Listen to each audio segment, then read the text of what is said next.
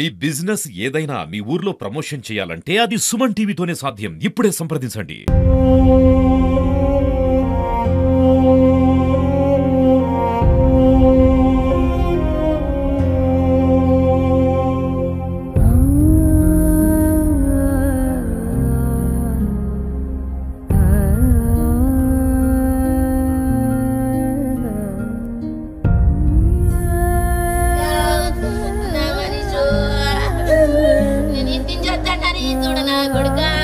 Hi hello నమస్తే welcome to Suman TV.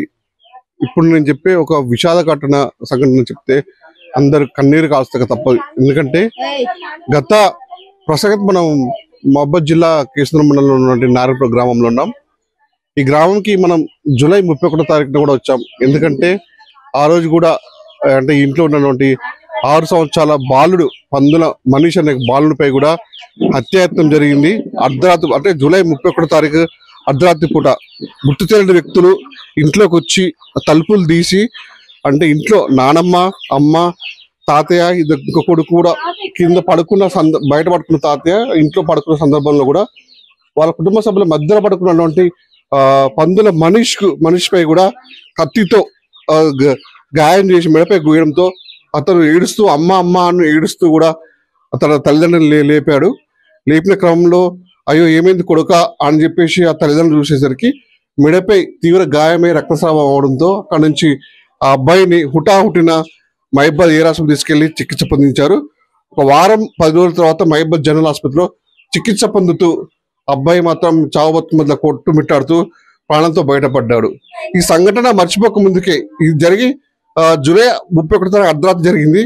మళ్ళీ నిన్న సాయంత్రం కూడా అదే మనిషిపై 6 సంవత్సరాల పసిబాలుడు 6 సంవత్సరాల బాలుడిపై కూడా మనిషిపై కూడా నిన్న సాయంత్రం 3:30-4 ప్రాంతంలో ఇక్కడ పడుకున్నటువంటి మనిషి ఇక్కడ హోంవర్క్ చేసుకొని చుట్టుపక్కల కాలనీవాసులంతా కూడా బతుకమ్మలు ఆడుతుంటే క్రమంలో కూడా వాళ్ళ అమ్మ కూడా అక్కడికి వెళ్ళిందని చెప్తున్నారు.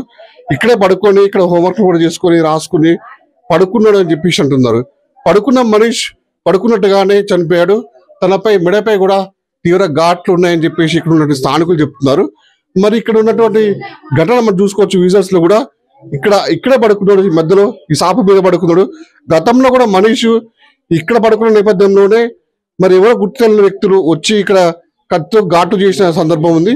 మళ్ళీ సేమ్ సిచ్యువేషన్ ఇదే సాప మీద పడుకున్న మనిషి కూడా ఇక్కడ మరి మెడపై తీవ్ర గాయాలతో మాత్రం దాన్ని హత్య చేశారని మాత్రం తెలుస్తుంది. మనం చూసుకోవచ్చు ఇక్కడ టవల్ ఇక్కడ పడి ఉంది, బాలుడి షార్ట్ దగ్గర ఇక్కడ ఉంది, ఇక్కడ దిండు మాత్రం ఇక్కడ సాప కూడా మొత్తం ఇక్కడే ఉంది. మరి దీనికి సంబంధించి మరి చనిపోవడంతో ఉటావుటున్నా అంటే ఇక్కడ చనిపోయాడా ఏంటని చెప్పేసి తల్లిదండ్రులకి తెలియని విషయంలో వాళ్ళు బయటకు వెళ్ళి బతుకమ్మలు ఆడుతున్న సందర్భంలో చుట్టుపక్కల కాలనీవాసులు కూడా అంటే చిన్నపిల్లగాడు మనిషి గారు ఎక్కడ ఉన్నాడో వాళ్ళు కూడా వస్తే వాళ్ళతో కూడా మంచిగా ఆడుకుంటాడు కదా అని చెప్పేసి చుట్టుపక్కల కాలనీవాసులు కోరారని తెలుస్తుంది.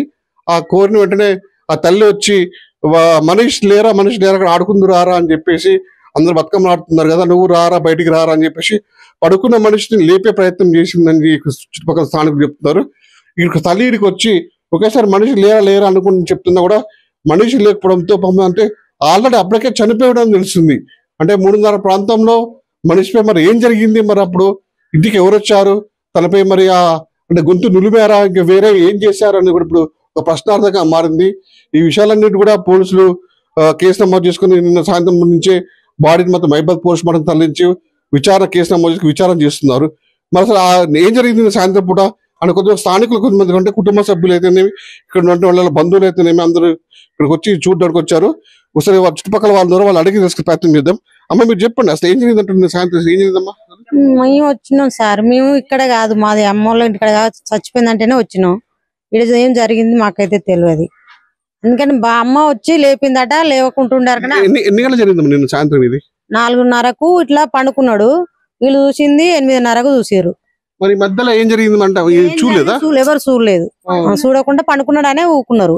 ఇక పండుకున్నారా అని అక్కడ వాళ్ళతో సంబరంగా అక్కడ నిలబడ్డాడు, పండుకున్నాడు కదా అని వాళ్ళు చూసారకనే మరి పిల్లలందరూ ఆడుకుంటారు, మీ పిల్లగాడు ఏడు చిన్నోడు రాలేదు అనగానే వచ్చి మా అమ్మ చూసిందట. చూసారకే లేవలేదు, చచ్చిపోయి ఎప్పుడు చచ్చిపోయిండో తెలియదు, ఎవరు ఏం చేసింది తెలియదు. ఇక కమిలింది కర్రె గమిలింది. అంటే ఉరేసుకొని తాడు పెట్టారా ఉరేసారా లేకపోతే గట్టితో చేతులతో నొత్తితే చేతులు పడతాయి, ఇట్లా మొత్తం దారంతో కట్టినట్టే ఉంది, చుట్టూ కమిలిపోయింది. ఇక మధ్యాహ్నం పూట 3:30 ప్రాంతాల్లో ఎవరైనా అనుమానాస్పదంగా వచ్చి ఆ విధంగా ఎందుకు చేయాల్సి వస్తుందంట? ఎవరు చూడలేదు, మా మధ్యలో ఉంటది కానీ నేను చూడలేదు అక్క, నేను ఉన్నప్పుడు ఎవరు రాలేదు అని అంటాను. అన్నప్పుడు ఇక ఎవరిని అడగాలి, ఎవరు లేరు. మా పెద్దమ్మలు ఇట్లా ఆమెకు జ్వరం వచ్చేదట ఇంటికన్నే ఉంది, ఆడ అమ్మలక్కలు మాట్లాడకుండా అన్నే కూర్చున్నారట. ఇక ఎవరు చెప్పాలో ఎవరు చెప్పేటట్టు లేదు, ఎవరిని అడగాలనో తెలుస్తలేదు, మరదలకు ఏం చెప్పాలనో తెలుస్తలేదు ఆమెకు.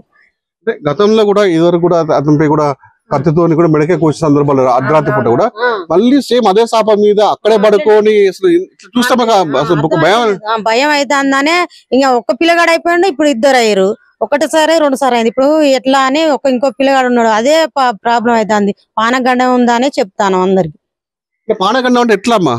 అంటే వాళ్ళకు ఎవరికి చెప్పకుండా దొంగతనంగా వచ్చిపోతారో తెలుస్తలేదు, ఎవరు ఇంట్లోకి వచ్చినట్టు తెలుస్తలేదు, బయటికి పోయినట్టు తెలుస్తలే.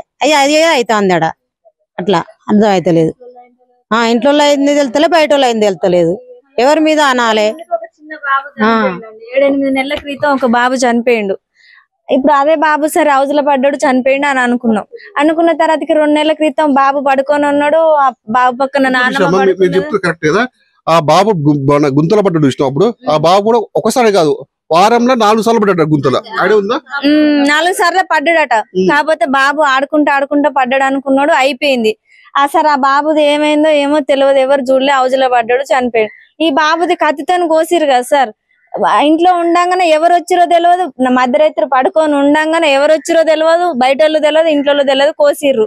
కోసినాక పోలీస్ స్టేషన్ లో కేసు పెట్టిరట, అన్ని హాస్పిటల్ పోయిరు, వచ్చినాక తర్వాతకి అందరు బతుకమ్మలు ఆడుతుంటే బాబుకి అన్నం తినబెట్టిందట, పడుకున్నదట.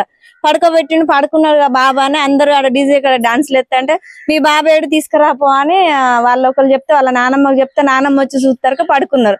అయ్యో జ్వరం వచ్చిందా, ఏమైంది, పిల్లగాడికి హెల్త్ బాగాలేక పడుకున్నాడా, చనిపోయినా అని అనుకొని ఇలా ఏడ్చుకుంటా అంగిప్పి ఇట్లా అయిపోయింది, ఏమైందని ఇట్లా కొట్టుకొని ఏడ్చుకుంటా చూసుకునేసరికి ఈ కాటు ఉన్నది, మెడకు కాటు ఉన్నది. దారంతో కట్టిన కర్రగా కమిలి ఉంది, అది దారం తెలియదు, తాడు తెలియదు, ఏదైనా తెలియదు. కాకపోతే మెడ చుట్టూ అయితే కాటు ఉంది, నల్లగా కమిలి ఉండేసరికి మా వాళ్ళు పోలీసులకు ఫోన్ చేసి ఇట్లా అయింది, చిన్న బాబాయ్ ఇట్లా అయింది సార్ అని పోలీసులకు చెప్తే వచ్చిరు, పోలీసులు తీసుకొని పోయారు. అంతే సార్. చూడండి ఎంత దారుణమైన సంఘటన జరిగింది. గతంలో ప్రాణాలతో కొట్టుమిట్టాడుకుంటూ ఉన్న బాలుడు కూడా మళ్ళీ ఈ ప్రాణాలతోని అసలు కొంతమంది చెప్తున్నారు ఇక్కడ ఆ బాబుకి ప్రాణగండం ఉందా అని చెప్పేసి కూడా ఒక అనుమానాన్ని వ్యక్తం చేస్తున్న పరిస్థితి. అమ్మ మీరు చెప్పండి, వీళ్ళ కుటుంబ సభ్యులకు ఏం జరుగుతుందమ్మా? అసలు ఒక అనుమానాస్పదంగా ఉంది, ఒక క్వశ్చన్ మార్క్ అయింది సార్. మనకేం తెలియదు, బయట చూస్తే బాగానే ఉన్నారు సార్, మనకేం తెలియదు. ఏమన్నా అంటే మరి ఏమన్నా లొల్లైందారా ఏంద్రా అంటే ఏం లేదక్క మేము అందరితోటి బాగానే ఉంటాను అని చెప్తాడు, కానీ ఇంట్లో జరిగేది ముచ్చట్లు బయట తెలవట్లే. పిల్లగాడి మీద ఇది 2వ సారి కదా మా అత్తయ్య కుటుంబ సభ్యులకి ఏమనిపిస్తుంది, బాగా అనిపిస్తుంది అసలు? ఎవరికైనా బాధ ఉంటది కదా సార్, ఒక బాబు పోయి 2వ బాబుకు కూడా ఎట్లుంటది, ఎంత బాధ ఉంటది ఎవరికైనా తెలవాలి కదా సార్. అది బాధ అన్నది పోయిన వాళ్ళకి తెలుస్తుంది సార్, పోయిన వాళ్ళకి ఎట్లా తెలుస్తుంది? ఇంత జరుగుతున్నా కూడా మరి కుటుంబ సభ్యులకి తల్లికి గానీ తండ్రికి గానీ ఇంత ఉన్న 2 ముసలు గానీ మరి ఎవరి మీద అనుమానాలు ఇట్లా ఉన్నాయి ఏమన్నా? ఏమో సార్ తెలియదు మాకు, మనకేం తెలియదు. మేము ఇక్కడ ఉన్నాం సార్, మేము చనిపోయింది అంటే వచ్చినాం ఇక్కడికి. మాకు ఎవరన్నా వస్తురా మరి ఎవరన్నా పోతురారా, మీకు ఏమన్నా అనుమానం ఉందంటే ఎవరు లేరక్క, మన అందరితో మంచిగానే ఉంటా నేను అని చెప్తాడు. కారణం అసలు ఏముంటది ఏమో అర్థం కావట్లేదు సార్, దానికి అర్థం కావడానికి కోసమే మీరు ఏమన్నా ఉపయోగపడాలి. పోలీసులు కూడా సుమారు ఒక 3 నెలలు అవుతుంది ఆ అబ్బాయి మీద అత్యంత జరిగి కూడా మరి పోలీసులు కూడా పట్టించుకోవట్లేరు కదా సార్. పోలీసు వాళ్ళు ఎందుకు పట్టించుకోరు? పట్టించుకుంటే ఈ కథ జరగబోవు కదా, మీరు పట్టించుకోవట్లేరు. ఎందుకు పట్టించుకోవట్లేదు? ఇకేమన్నా లంచం పెడతాడా? ఎవడన్నా వచ్చి లంచం పెడితే మరి లంచం పెడుతుండని చెప్పాలి. మరి నువ్వు కూడా ఇంత లంచం మీరా నేను బయట పెడతా అని చెప్పాలి. మీరు ఇట్లా పట్టించుకోకపోతే ఎట్లా జరుగుద్ది చెప్పండి సార్. న్యాయం చేయాలి సార్ ఎవరికైనా. చిన్న పిల్లల మీద చూపెట్టుకోవద్దు, పెద్దల ఏదైనా ఉంటే పెద్దల మీద చూపెట్టుకోవాలి. పోలీసు వాళ్ళు అయినా ఎవరైనా పెద్దల మీద. ఆ రోజు జూలై 31 తారీఖు నాడు కూడా బాలుడి మీద హత్యాయత్నం జరిగిన రోజు కూడా ఈ కాలనీ వాసులతో కూడా భయపడ్డారు. ఎందుకంటే చాలా మంది పిల్లలు కూడా అంటే ఇక్కడ పిల్లలంతా చాలా మంది ఎక్కువ అంటే కుటుంబ సభ్యుల కన్నా ఎక్కువ, పెద్దల కన్నా ఎక్కువ పిల్లలే ఈ వాడలు ఎక్కువ ఉందని చెప్పేసి అంటున్నారు వాళ్ళు. ఆ పిల్లలు కూడా భయపడుతురు సార్, బయటికి రావాలంటే భయపడుతురు. అట్లా భయపడకుంటుంటే ఎన్ని రోజులు బాగుపడతారు వాళ్ళు. ఏదన్నా న్యాయం చేయాలి సార్, మీరు ఏదన్నా చేసి పెట్టాలి, పోలీసు వాళ్ళు చేయాలి, మీరు చేయాలి. చూసారు మొత్తానికైతే ఇక్కడ మొత్తం సేమ్ సిచ్యువేషన్ మనకి ఇక్కడ ఎదురవుతుంది. అదే చాప మీద అదే బాలుడు 31 తారీఖు నాడు అర్ధరాత్రి ఇప్పుడు ఏం జరిగిందో బతికి బయటపడ్డటువంటి పందుల మనీష్ ఉందో మళ్ళీ ఈ రోజు కూడా అంటే నిన్న సాయంత్రం కూడా 3:30 ప్రాంతంలో కూడా అబ్బాయిని గొంతు నులిమి అంటే స్థానికులు చెప్తున్నారు ఒక తాడుతో చుట్టూ మొత్తం మెడముతో కమిలిపోయిందని చెప్తున్నారు. మరి ఆ పసిబాలుని అంత కిరాతకంగా చంపాల్సిన కుట్రపూరితంగా ఆ పసిబాలను చంపాల్సిన అవసరం ఏమొచ్చింది? కొంతమంది స్థానికులు ఇక్కడ పోలీసులకు క్వశ్చన్ చేస్తుంది. ఎందుకంటే ఆ రోజు జరిగిన కేసు నుంచి తొందరగా ఆ కేసును ఛేదిస్తే ఈ రోజు ఈ బాలుడు చనిపోకపోవు కదా, బతికేవాడు కదా అని చెప్పేసి స్థానికులు కూడా పోలీసుల మధ్య ప్రశ్నించిన పరిస్థితి ఉంది.